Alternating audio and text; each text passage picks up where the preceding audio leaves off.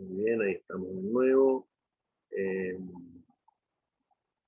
Les estaba diciendo si ustedes recuerdan algo de sujeto y predicado de la secundaria, si lo vieron.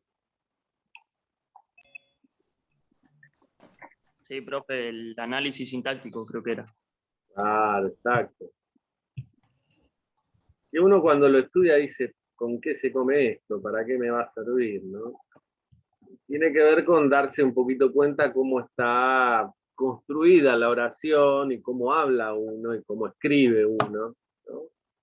Y que se puede escribir de distintas maneras y que eso muchas veces significa distintas cosas, ¿no? Pero bueno, vamos a ir repasando todos estos detalles. Y les iba a decir algo más del texto de Tomás. Y con respecto a lo de la metonimia, vamos a compartirlo de nuevo. Y la metonimia muchas veces es uno de los que es más difíciles de agarrar, ¿no? Como ejemplo, ¿no? Acá, considerando un emprendimiento familiar de 100 colmenas con una productividad de 30 kilos por colmena año, puede configurarse una estructura de costos con varios componentes, ¿no? Etcétera, etcétera. Seguro que el escritor está proponiendo una idea al decir puede configurarse, pero no sé si se puede entender como metonimia en sí, porque está más bien, sería más la idea de la pasiva con C, ¿no?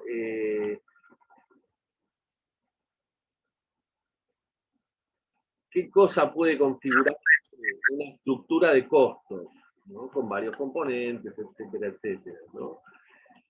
No es que en este libro se configura una estructura de costos o este texto configura una estructura de costos, ¿no? La metonimia referida a este tipo de textos o a este procedimiento en estos textos, se refiere más o está, digamos, más organizada en relación a la referencia al texto en sí, al libro, al artículo, al diario,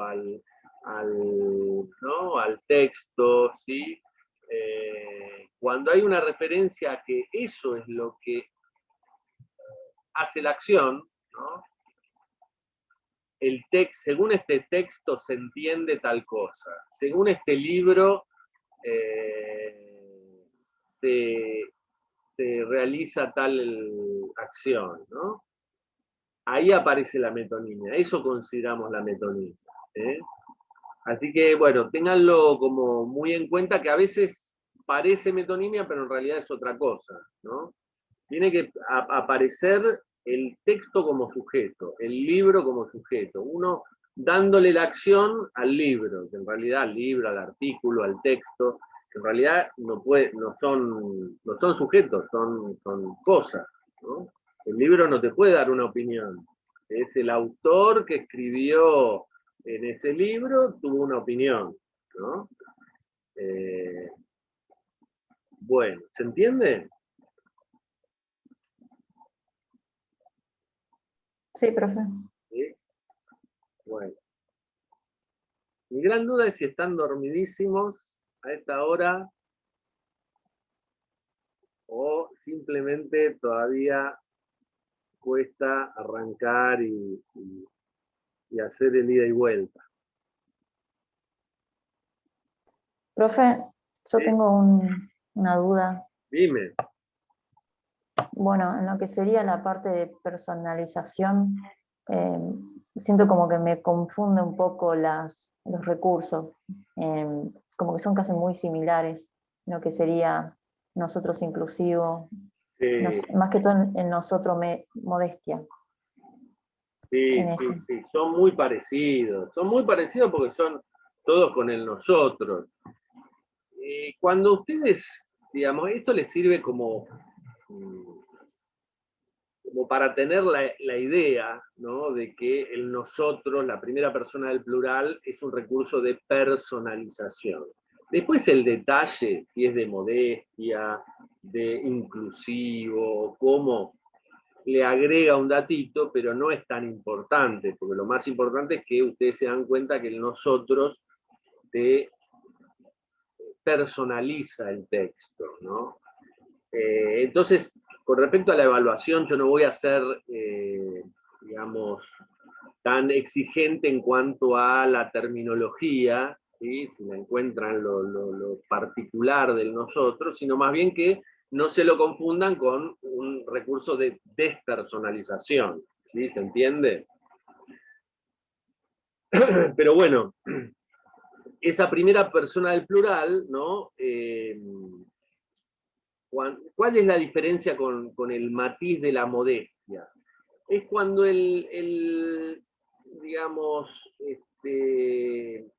el autor, en vez de utilizar el yo en la primera persona singular, por una razón de no acreditarse un logro, acreditarse un descubrimiento, lo que sea que está señalando como algo que investigó y que logró, ¿no?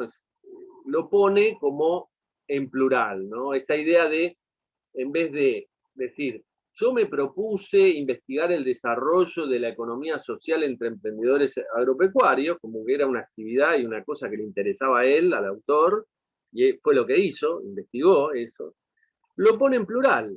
En esta línea nos proponemos investigar el desarrollo de la economía social entre emprendedores agropecuarios. Entonces es como que incluye más personas, pero esas personas no realizaron eso, ¿no? Y tampoco es que incluya a los lectores, porque tampoco es que los lectores realizaron esa actividad, ¿no? De investigar eso, ¿no? Es el autor, pero se lo entiende como un recurso de modestia porque incluye como a más personas, ¿sí? Y no se pone él solo, ¿sí? Ese es el matiz, ¿no? Después, el que es primera persona plural, bueno, refiere a un grupo amplio, podría ser acá, ¿no? Les da el ejemplo, la comunidad científica, la sociedad, ¿no? Como algo más amplio, los argentinos, ¿sí? El ejemplo es nuestra sociedad, es la resultante de las confrontaciones políticas y económicas de una época. La Argentina es la resultante de las confrontaciones políticas y económicas de la época, nuestra sociedad, ¿no? El país donde vivimos, ¿sí? Ese es algo más global, ¿no? Más, que nos incluye a todos, ¿no? Y después está el nosotros que se refiere a los lectores, ¿no? Cuando lo trata de incorporar, ¿no? A los lectores, ¿no? Pasaremos a describir un caso específico que nos permitirá dar cuenta de nuestra hipótesis, ¿no? Cuando en realidad es el autor el que tiene la hipótesis y él el que va a describir. Pero es como que te incluye a vos, lector, a todo lo que están leyendo, como una manera de decir, bueno, estamos investigando, estamos leyendo esto juntos, estamos avanzando en este conocimiento juntos, ¿no? Pero bueno, ya les digo, después, cuando uno analiza el texto, es más difícil encontrar la diferencia, ¿no? Lleva tiempo, ¿sí? Y a mí lo que me interesa es que, yo creo que eso ya es un gran logro, que ustedes diferencien el recurso. Personalización es cuando incluís a otros y te pones en primera persona, o sea, singular, yo, o plural, nosotros. Nosotros, nuestro, ¿sí? Nuestra, ¿sí? Y despersonalización son esos otros recursos que tienen que ver con ¿no? Despegarse del sujeto, el sujeto se despega del texto, se despega de la investigación, se despega de las conclusiones, de los datos, ¿sí? Y aparece como algo que se realiza solo, ¿no? Los mercados se volvieron difusos, ¿no? La pasiva con C, ¿no? Toda la tercera persona en sus distintas maneras, ¿no? Eh, bueno, la metonimia, cuando se refiere al texto, ¿sí? Pero se entiende a dónde vamos, ¿no? Diferenciar uno de otro, personalización de despersonalización. Después el detalle del recurso, a mí no me parece que es tan fundamental en este momento para ustedes, porque tampoco ustedes se van a dedicar al análisis lingüístico. Esas son herramientas que les sirven para entender cómo están construidos los textos, ¿no? Y estos géneros que son más bien géneros que utilizan recursos de despersonalización, tienden a objetivar el conocimiento, ¿no? El conocimiento científico tiende a ser objetivo y a mostrarse como objetivo, ¿no? No como algo que yo inventé o que el autor inventó en primera persona, sino como algo que es de la comunidad científica, ¿no? De la comunidad académica, ¿no? ¿Se entiende? ¿Se entiende? Claro, Sí, se entiende. sí. Bien, bien. Bueno, si hay cosas que no entienden, las repetimos 10 veces o todas las veces que hagan falta. ¿Sí?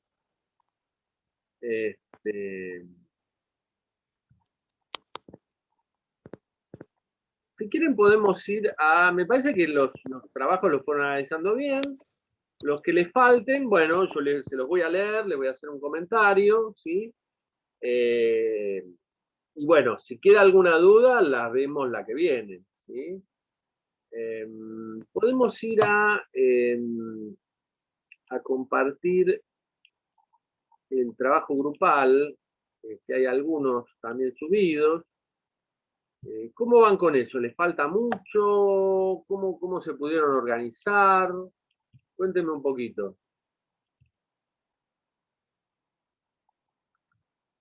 El resto de los grupos.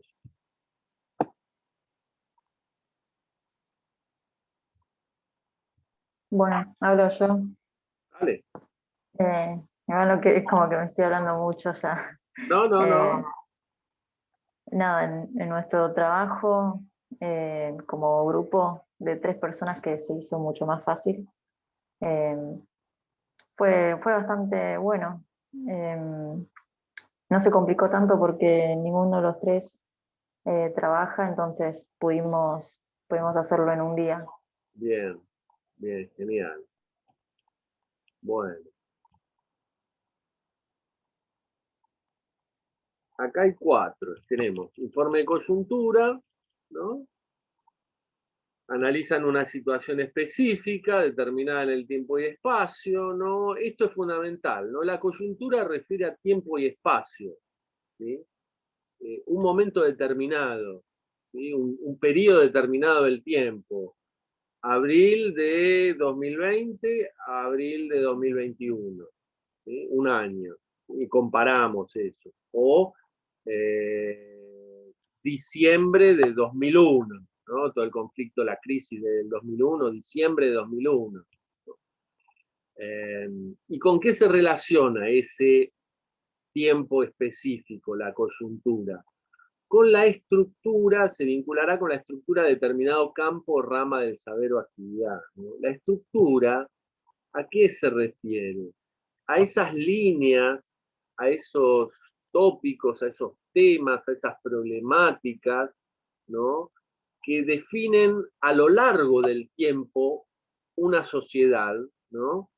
Nosotros estamos hablando de la economía, ¿no? Entonces, bueno, por ejemplo, ¿qué rasgo caracteriza a la economía argentina? ¿O qué problemática que no se resuelve caracteriza a la Argentina y de la que ustedes prenden la tele o escuchan a un economista y siempre va a estar hablando, siempre va a surgir ese tema? Uno de los temas que nos liquida el sueldo cuando lo recibimos y decimos, uy, ya no puedo comprar tanta mercadería en el supermercado como el mes pasado. ¿Qué es lo que pasó? ¿Qué es lo que pasó en ese mes? ¿Cuál sería esa problemática que tiene que ver con la estructura de la economía argentina? A ver si les aparece. Se habla todo el tiempo en la Argentina de ese tema. ¿La devaluación del peso? Sí, ese es uno. ¿Y qué tiene que ver con qué cosa? Con la inflación. La inflación, exacto. La inflación es como la pandemia de la economía nuestra, ¿no? En el resto del mundo, de distintas maneras, muchos países resuelven ese tema, ¿no? Lo tienen contenido. Hay una inflación anual de un 2%, un 3%, un 1,5%, ¿no? Es como un número razonable, ¿no? Entonces vos tenés el peso, el dólar, el yen, el rublo, ¿no? Y lo tenés a un nivel determinado que sube cada año muy poquitito, ¿no? Es como una montañita, pero apenas, ¿no? Que está recién en la parte de abajo, ¿no? Entonces vos podés planificar, vos podés organizar tu sueldo, podés decir, lo que me compraba el mes pasado me lo puedo comprar ahora, me lo puedo comprar en un año, ¿no? Más o menos, ¿no? Entonces, vos te podés organizar, la sociedad se puede organizar. ¿Qué pasa con la inflación? Sí, es un problema que vos no sabés cuánto te va a salir el kilo de arroz el mes que viene, o el kilo de asado, o el jabón, o todas las cosas básicas, ¿no? Cuánto te va a costar, no sé, comprarte una remera o un pullover ahora que viene el invierno, ¿no? Y eso para cada uno y para cada familia.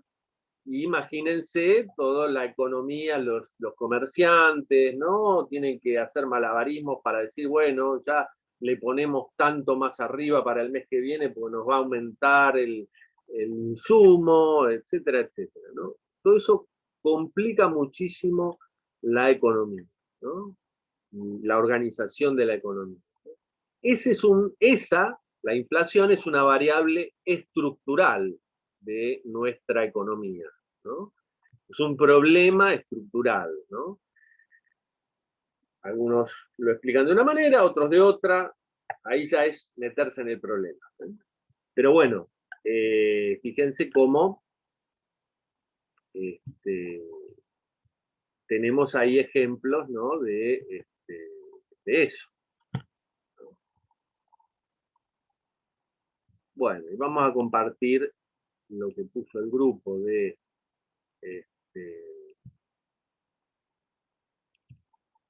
informe de coyuntura. Está muy bien, ¿no? Los informes de coyuntura se caracterizan, bueno, por vincular situación determinada con la estructura. En la estructura interna predomina lo explicativo, lo argumentativo, ¿sí? Pequeños rasgos de la narración para desplegar ejemplos o casos estudiados. Siempre estos textos que estamos viendo tienen que ver con explicar y a veces argumentar, más o menos, ¿no? Fíjense, son solicitados para notificar acerca de un determinado estado de cosas en un momento específico. Pueden ser solicitados por organizaciones del ámbito público y privado, quienes le darán uso para orientar un rumbo de acción y poder desenvolverse mejor a tomar decisiones en el futuro, ¿no? Es información que le llega a la organización y a la institución para decidir para dónde va. Vamos para acá, vamos para allá. ¿Cómo está, ¿no? Un informe, ¿no? De coyuntura sobre el campo turístico y hotelero de la Argentina en 2021. ¿Qué pasó en este último año? ¿Sí? Bueno,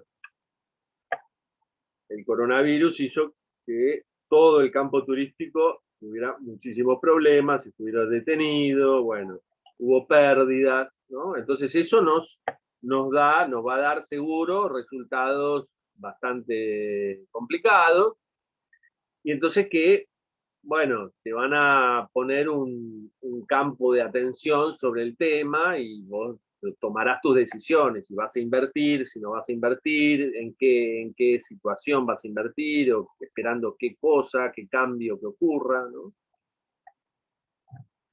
Y fíjense cómo este género y muchos de los otros vinculados a informes, ¿no? En general protocolos también, ¿no? Tienen esta estructura: introducción, desarrollo, conclusiones, que facilita la claridad de exposición de la información, ¿no? Suele incluirse en el cuerpo textual cierto desarrollo diacrónico del tema, implicando su evolución del tiempo. ¿Qué es diacrónico? Es que evoluciona, cambia en el tiempo, avanza en el tiempo, ¿no? Hay un desarrollo. ¿Sí? Sincrónico es cuando se compara un momento con otro, ¿no? Sin la evolución. Bueno, y tienen un buen ejemplo, ¿no? Coronanomics, ¿no? Entre el virus y la actividad económica.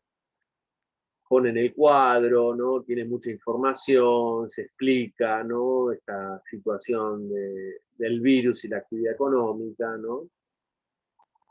Hay una evolución, marzo, febrero, la variación entre uno y otro, qué pasó con el precio del oro, el petróleo, la tasa de Estados Unidos, etc. Los informes tienen mucho dato, ¿sí? De cómo es que se va a desarrollar un campo determinado en el tiempo, ¿no? Entonces, bueno, eso es fundamental, ¿no? Lo de la evolución en el tiempo y la información que se le provee al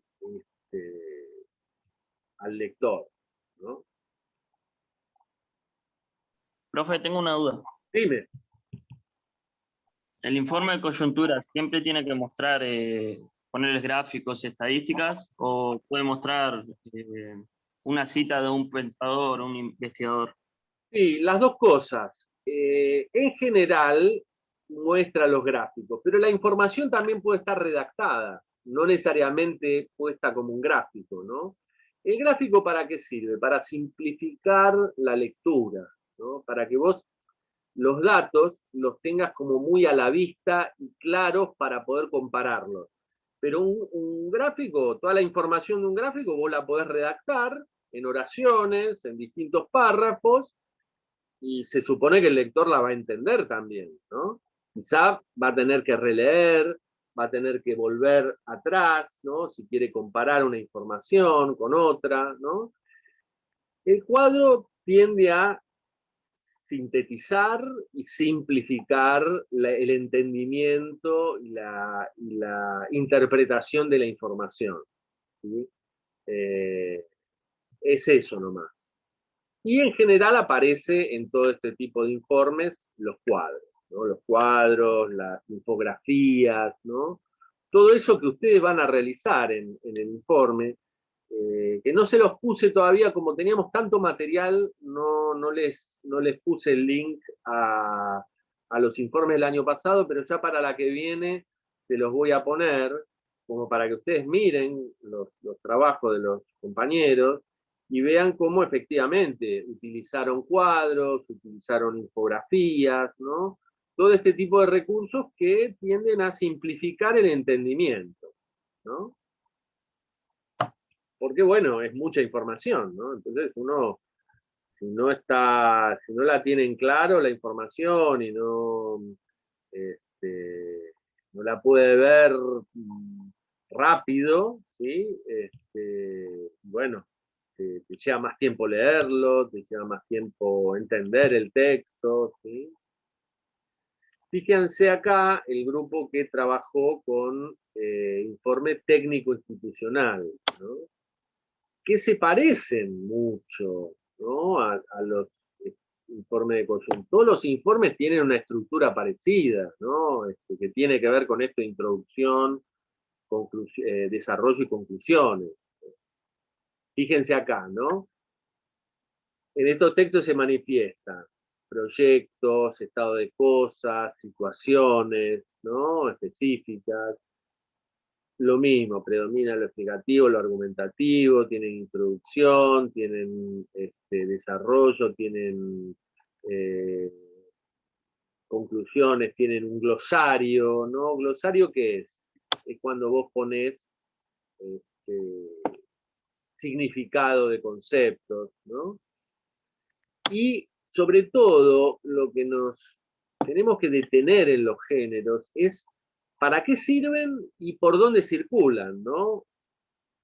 Sirven para tomar decisiones, proyectar estrategias de acción en la organización, resumen, ¿no?, puntos importantes de un plan estratégico, ¿sí?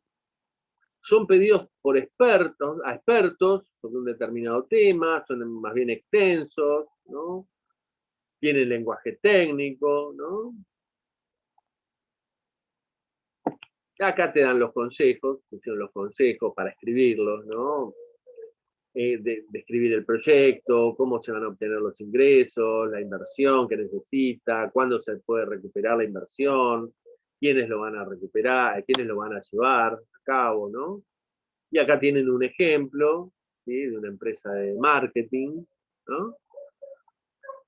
Tienen la información general, la descripción del proyecto, en qué consiste, ¿sí?, en qué se diferencia, ¿no? Están como toda la estructura, ¿no?, del proyecto, ¿no?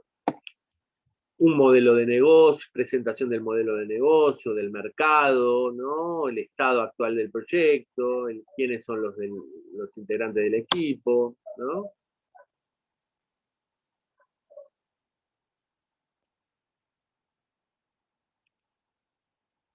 Y acá parte de lo que también tiene este tipo de informe, ¿no?, con preguntas para resolver y datos para afinar, ¿no?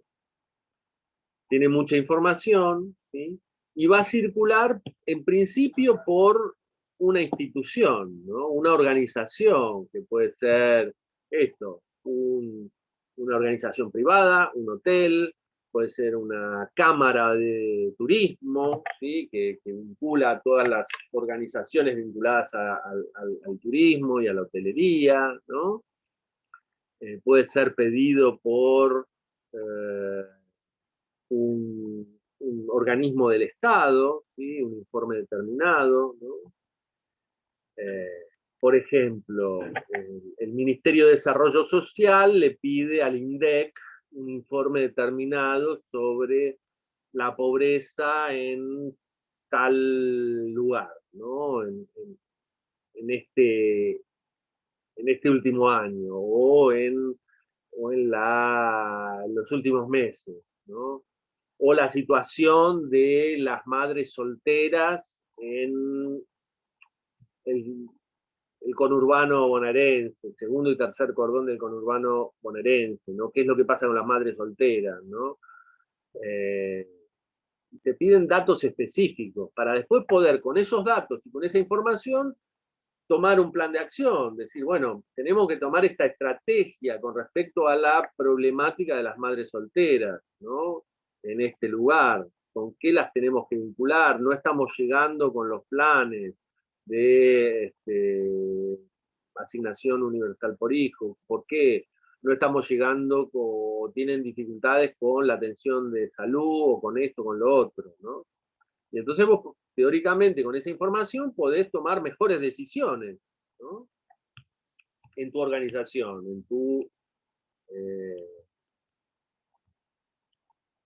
en la parte del Estado en la que estés trabajando, ¿no? ¿Se entiende? Sí, Sí, profe, Dígame. ¿cuál es la diferencia entre informe técnico e informe ejecutivo? Informe ejecutivo, informe técnico, sí, son bastante parecidos, ¿no? Yo lo vinculo al informe técnico, que está es más como más general, ¿no? El informe ejecutivo me parece que está más dirigido a una parte específica de la organización, ¿no?, que va a tomar decisiones, ¿no? Y quizá también está como más sintetizada la información, ¿no? Pero se parecen mucho, ¿sí? Quizá lo de la síntesis de la información, que quizá está más organizada, esto con cuadros, ¿no? Como para que un jefe de una sección, un director de la organización tenga una rápida mirada sobre una determinada problemática, ¿no? Entonces, en vez de leerse un informe de 10, 20 páginas, se lee un informe de 3 páginas con cuadros, ¿no? Y títulos gráficos que le ordenan la información sobre determinada problemática. Pero ustedes ven, los informes todos tienen que ver con esto, con dar información bien organizada, sintetizada, clara, precisa, ¿no? Saber de dónde viene la fuente, ¿sí? Y todo eso para ilustrar, iluminar, mostrar cómo está una determinada problemática en un momento determinado, para que alguien que toma decisiones pueda hacerlo de la mejor manera, ¿no? ¿Se entiende? Gracias. Sí, sí. Bien. Fíjense acá el manual de procedimiento y manual de protocolo, ¿no? Acá los compañeros, Luciana, Nazareno, ¿quieren leer? Valentina, ¿quieren leerlo? ¿Uno de ustedes?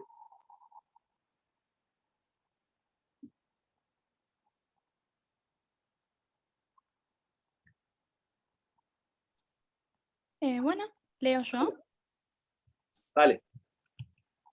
El manual de procedimiento es un documento que brinda información de forma detallada, ordenada y sistematizada y cronológica sobre las actividades que una empresa debe seguir para cumplir con sus funciones. Asimismo, construye una base sobre el uso de recursos tecnológicos, materiales y financieros. Es preparado por la misma institución u organización para orientar el desempeño del trabajador, en especial a aquellos que se encuentran en una etapa de inducción o iniciación, facilitar el control interno de la organización y aumentar su eficiencia. De esta manera, ayuda a la coordinación de actividades entre diferentes departamentos, evita duplicidades, describe las actividades de cada puesto, explica la relación con otras áreas asociadas, entre otras más. Y después de ejemplificación pusimos un link en los comentarios porque no lo pudimos editar en Bien. la publicación. A ver, en comentarios pusieron con el fin de Es que... sobre una compañía de cereales de Argentina. Perfecto. Pusieron el ejemplo en el Claro. repositorio. Bien, bien. Fantástico, fantástico.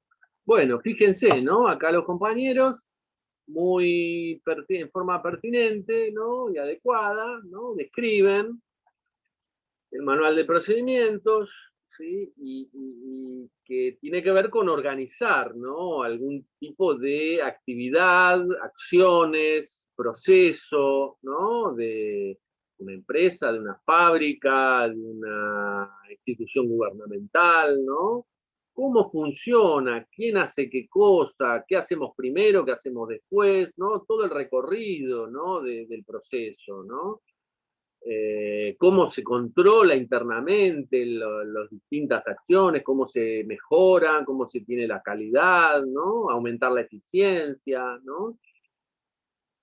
Coordinar las actividades, que no se produzcan cosas repetidas, ¿no? Que cada uno tenga un trabajo específico, que se complemente con los otros, ¿no? Y esto lo tienen en la mayor parte de las organizaciones, ¿no? que tienen tareas complejas, ¿no? En cuanto la tarea se complejiza, es necesario ponerla por escrito y organizarla, ¿no?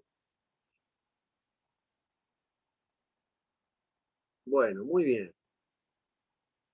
Y el manual de protocolo empresarial o institucional es un documento en el cual figuran de manera explícita normas sociales, formales, bajo las cuales trabaja una empresa o organización. La función principal es crear pautas de conducta y límites que van a regir las acciones, regulando el comportamiento interno como externo de los miembros de dicha empresa o organización. Estas normas pueden incluir reglas establecidas por el Estado, ¿no?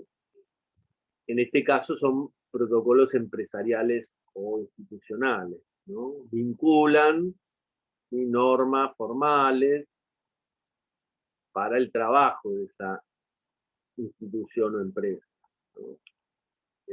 Y tienen que ver con esto, con las pautas, las conductas, ¿no?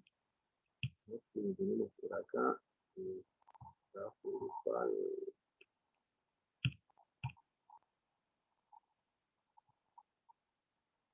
¿Lo están viendo? ¿El manual de protocolo? Sí, profe. Sí, sí.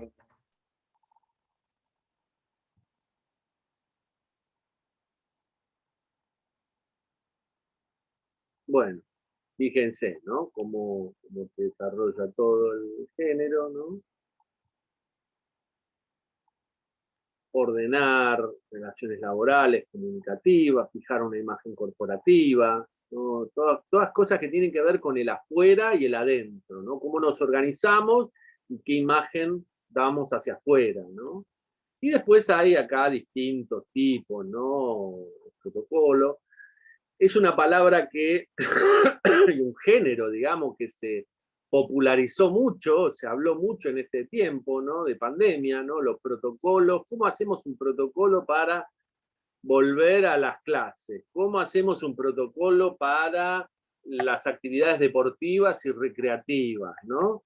Es decir, ¿cómo organizamos estas actividades que antes cada uno sabía cómo hacerlas, porque la sociedad sabía cómo vincularse en una actividad deportiva, había unas costumbres, ¿no? Pero, ¿qué pasa? Con la pandemia está el peligro del contagio, ¿no? Entonces, bueno, al aire libre se pueden realizar las actividades con barbijo, en las zonas en común, ¿no? En las que se comparte la entrada, ¿no? No se utilizan los vestuarios, etcétera, etcétera, ¿no? Y todas esas son órdenes perdón, todas esas son indicaciones que tienen que ver con cómo hacemos realizamos determinada actividad, ¿no? Que puede ser en una organización, puede ser en una actividad social, puede ser una institución, una organización, un organismo del Estado, ¿sí? Una empresa, una pyme, un negocio. Bueno, y tiene que ver con los mismos géneros, ¿no? De planificación, ¿sí? Un plan estratégico, con la organización de determinadas acciones en una institución, ¿no? Bueno,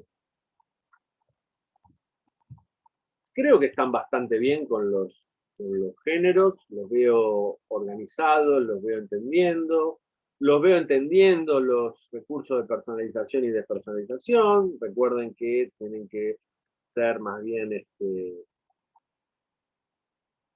la diferenciación entre uno y otro, global, y después el detalle no es tan importante, ¿no?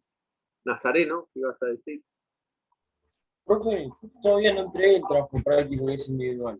¿Hay tiempo hasta el martes, puede ser? ¿Cómo? Que yo todavía no terminé el trabajo práctico, el que es individual. Sí. ¿Hay tiempo para entregarlo? Sí, tienen tiempo, miren. Teóricamente uno va haciendo los trabajos de una semana a la otra, ¿sí? Para el próximo martes tendría que estar, ponele al lunes.